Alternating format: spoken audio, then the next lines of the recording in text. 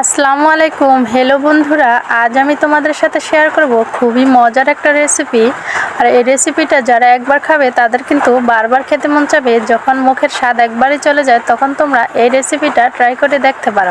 তাহলে চলো আমরা শুরু করে দেই। ধৈর্য সহকারে কিন্তু ভিডিওটি দেখতে হবে, ভিডিওটি কিন্তু স্কিপ করা যাবে না। তো এই যে প্রথমে আমি কতগুলো শুকনো মরিচ ভিজিয়ে রেখেছিলাম, তোমরা তোমাদের পরিমাণ মতো দিতে পারো, যে যেমন ঝাল খাও। আমি কিন্তু একটু ঝাল বেশি খাই সব সময়, কিন্তু তোমাদের ভাইয়া বেশি ঝাল খেতে পারে না, তাই আর কি আমি মরিচটা কমই দিলাম।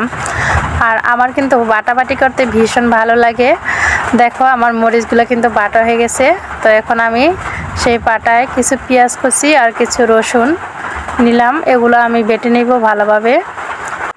তোমরা চাইলে সব কিছু ব্লেন্ড করে নিতে পারো, আমি তো বেটে নিচ্ছি। তো অনেকের আবার মরিচ বাটলে হাত জ্বালা পোড়া করে, তো তোমরা ব্লেন্ড করে নিতে পারো। তো আমি আজকে ভর্তাটা তৈরি করব চাপা শুটকি দিয়ে, তাই আমি চাপা শুটকিটা ভালোভাবে পরিষ্কার পানি দিয়ে ধুয়ে নিয়ে এই যে দেখো ছোট ছোট টুকরো করে কেটে নিয়েছি।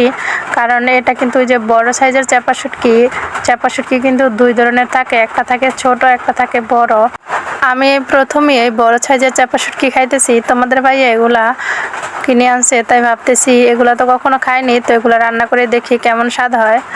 তো এই যে দেখো আমি প্রথমে কড়াইয়ে তেল দিয়ে তারপর কিছু পেঁয়াজ আর রসুন কুচি দিয়েছি। রসুনগুলো কিন্তু একবারে আস্তা রেখেছি, আর পেঁয়াজগুলো কিন্তু একটু বড় বড় করে কেটেছি, এতে কিন্তু ভর্তাটা বেশি স্বাদ লাগে। তো এবারে যে বেটে রাখা যে পেঁয়াজ আর রসুন বাটাটা ছিল ওইটাও আমি এবার তেলের মধ্যে দিয়ে ভালোভাবে একটু ভেজে নিব। ভালোভাবে ভেজে নেওয়া হয়ে গেলে যে মরিচটা আমি বেটে রেখেছিলাম শুকনো মরিচ, এই যে শুকনো মরিচটা এখন আমি দিয়ে দেব তেলের মধ্যে, দিয়ে ভালোভাবে তেলের সাথে মিশিয়ে নিব। আর এই ভর্তাটা কিন্তু আমি কোনো পানি ব্যবহার করব না। দেখো আমি কিন্তু পরিমাণ মতো একটু লবণ দিয়ে দিয়েছি, তোমরা তোমাদের স্বাদ মতো লবণ দিয়ে নিবে। আর এই ভর্তাটায় কোনো পানি ব্যবহার করা যাবে না, কারণ আমি ভর্তাটা একবারে ভাজা ভাজা করে ফেলবো। আর এই ভর্তাটা তোমরা নর্মাল ফ্রিজে রেখে 1 থেকে 2 সপ্তাহ রেখে খেতে পারবে, কোনো সমস্যা নেই। কারণ ভর্তাটাতে আমি রসুন দিয়েছি, আর এটা তো কোনো পানি ব্যবহার করে নেই, ভর্তাটা কিন্তু একবারে ভাজা ভাজা হয়ে যাবে। তো দেখো ভর্তার কালারটা কিন্তু চেঞ্জ হয়ে আসতেছে। আর ভর্তা যখন হয়ে যাবে তখন কিন্তু এরকম ভর্তা থেকে যে তেল ছেড়ে দিবে, দেখো আমার ভর্তা থেকে কিন্তু তেল ছেড়ে দিয়েছে, ভর্তাটা কিন্তু প্রায় রেডি হয়ে গেছে। তো আমি এখন ভর্তাটা নামিয়ে নিব।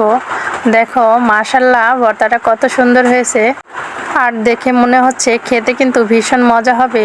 তো এতক্ষণ যারা আমার এই ভিডিওটি দেখেছো তাদের সবাইকে অসংখ্য ধন্যবাদ। ভিডিওটি যদি একটুও ভালো লাগে তাহলে সুন্দর একটি গঠনমূলক কমেন্ট করে যেও, আমি তোমাদের কমেন্ট ধরে তোমাদের বাসা থেকে ঘুরে আসব। তো বন্ধুরা আজকের মতো এই পর্যন্তই, সবাই ভালো থেকো, সুস্থ থেকো, আল্লাহ হাফেজ।